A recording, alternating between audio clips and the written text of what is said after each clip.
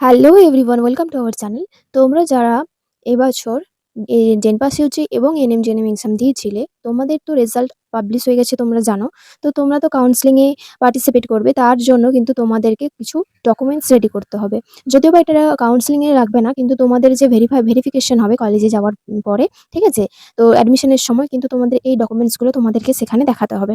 তো সবার আগে বলি, ডোমিসাইল সার্টিফিকেট তোমরা কিভাবে বানাবে।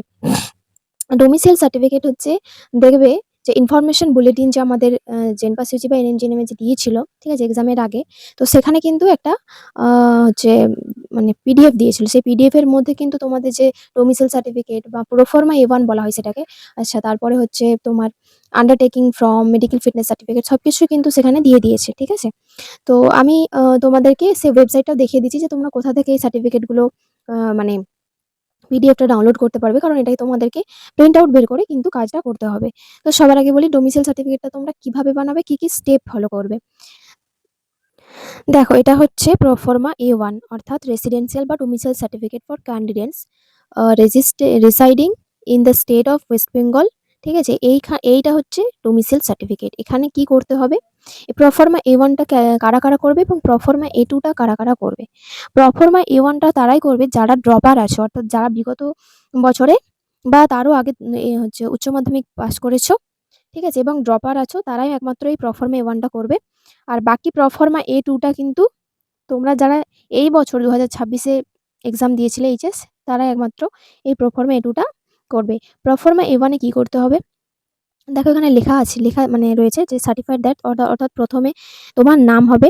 তো তুমি সন হলে সন বা ডটার অফ, তোমার বাবার নাম is a resident or oblique permanent resident of West Bengal, তোমার ভিলেজের নাম লিখে দেবে, তোমার হাউস নাম্বারটা দিয়ে দেবে, স্ট্রিটের নাম দেবে এবং পোস্ট অফিস নাম দিয়ে, পুলিশ স্টেশন নাম দিয়ে এবং ডিস্ট্রিক্টের নাম দেওয়ার পরে আন্ডার ড্যাশ অ্যাসেম্বলি কনস্টিটিউট, অর্থাৎ তোমার যে ভোটার কার্ডের পিছনের দিকে দেখবে একটা অ্যাসেম্বলি কনস্টিটিউয়েন্সি একটা নাম্বার আছে, ঠিক আছে, এসি নাম্বার। সেই ভোটার কার্ডের পিছনের দিকে সেই নাম্বারটা তোমরা এখানে বসাবে।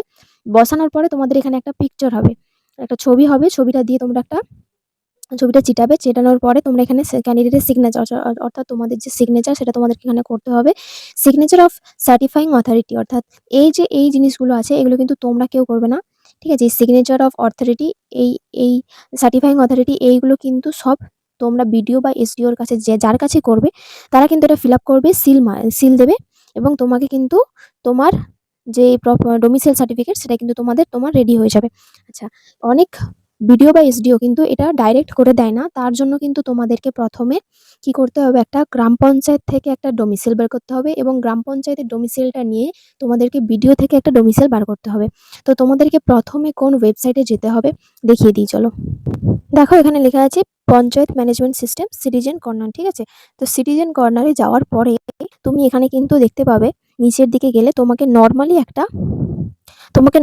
একটা পঞ্চায়েত থেকে ডোমিসাইল পাওয়ার জন্য একটা অ্যাপ্লাই করতে হবে, ঠিক আছে? এই অ্যাপ্লিকেশনটা তোমরা কিভাবে করবে, দেখো এখানে নিচের দিকে আছে কি সমস্ত কিছু দেওয়া আছে। তোমাকে শুধু I want to apply to the gram panchayat pradhan for a certificate and confirm that the required documents are ready for upload, ঠিক আছে? এই জিনিসটা তোমাদেরকে যখনই ক্লিক করবে, এখানটায় ক্লিক করার পরে প্রসিড টু মোবাইল ভেরিফিকেশন করার পরে কিন্তু তারপর প্রসিড টু, তো সেন্ড ওটিপি করার পরে কিন্তু তোমাদের যে পঞ্চায়েত থেকে যে তোমাদের ডোমিসাইল সার্টিফিকেটের আবেদন সেটা কিন্তু হয়ে যাবে। হার্ডলি 1 থেকে 2 দিনের মধ্যে তোমরা পঞ্চায়েত থেকে ডোমিসাইলটা পেয়ে যাবে। এরপরে আসি, যে পঞ্চায়েত থেকে ডোমিসাইল পাওয়ার পরে তোমরা কি করবে। পঞ্চায়েত থেকে ডোমিসাইল পাওয়ার পরে তোমরা ই-ডিস্ট্রিক্ট পোর্টালে যাবে। ই-ডিস্ট্রিক্ট পোর্টালে যাওয়ার পরে তোমরা দেখতে পাবে তোমাদেরকে যেতে হবে ই-ডিস্ট্রিক্ট পোর্টালে। ই-ডিস্ট্রিক্ট পোর্টালে যাওয়ার পরে তোমাদেরকে ডোমিসাইলের জন্য অ্যাপ্লাই করতে হবে এবং সেখান থেকে কিন্তু 1 থেকে 2 দিনের মধ্যে কিন্তু তোমাদেরকে বিডিও থেকে যে ডোমিসাইল সেটা দিয়ে দেবে এবং সেই ডকুমেন্টটা মানে সেই হার্ড কপিটা নিয়ে যাওয়ার পরে তোমরা বিডিও বা এসডিওতে যখন সেটা দেখাবে, তোমাদেরকে যে দেখালাম প্রোফর্মা A1 সেটা কিন্তু তোমাদেরকে সুন্দরভাবে তারা ফিল আপ করে দেবে এবং সাইন করে স্ট্যাম্প দিয়ে দেবে, ঠিক আছে? এই হলো তোমাদের ডোমিসাইল সার্টিফিকেট তোমরা কিভাবে বানাবে, পুরোটাই বিস্তারিত তোমাদেরকে জানালাম। তো ভিডিওটা কেমন লাগলো অবশ্যই জানাবে। ভিডিওটি ভালো লাগলে অবশ্যই একটি লাইক করবে। চ্যানেলে নতুন হয়ে থাকলে চ্যানেলটিকে অবশ্যই সাবস্ক্রাইব করবে। আর দেখা হচ্ছে একটা নেক্সট ভিডিওতে। থ্যাংক ইউ সকলকে।